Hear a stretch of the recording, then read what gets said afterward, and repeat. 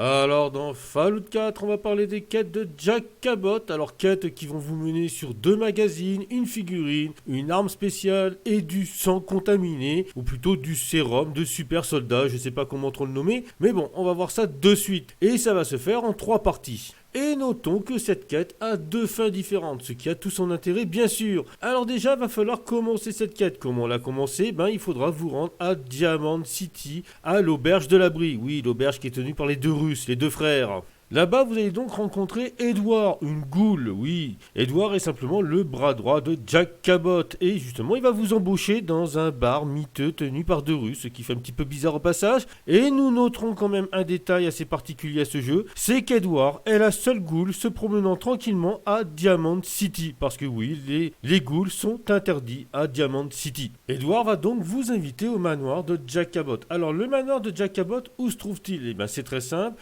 Il se trouve à droite de Diamond City, donc du côté droit, au-dessus de Good Neighbor, juste avant le pont qui mène à Bunker Hills. Je peux pas mieux faire. Vous voyez le pont qui mène à Bunker Hills? Eh ben, il est juste avant, côté gauche. Bon, du coup, je vous conseille de vite faire sonner l'interphone et de rentrer parce que vous avez quand même un robot majordome de la taille d'un tank qui garde la maison. Donc, va pas falloir trop traîner dehors au passage. Et une fois dedans, Jack Cabot, après une petite discussion, va vous donner votre première quête, ou plutôt Edward, qui est le bras droit de Jack. Il vous faudra donc vous rendre à l'asile de Parsons pour qu'on vous donne votre mission et qu'on vous demande de tuer des pillards pour récupérer un colis.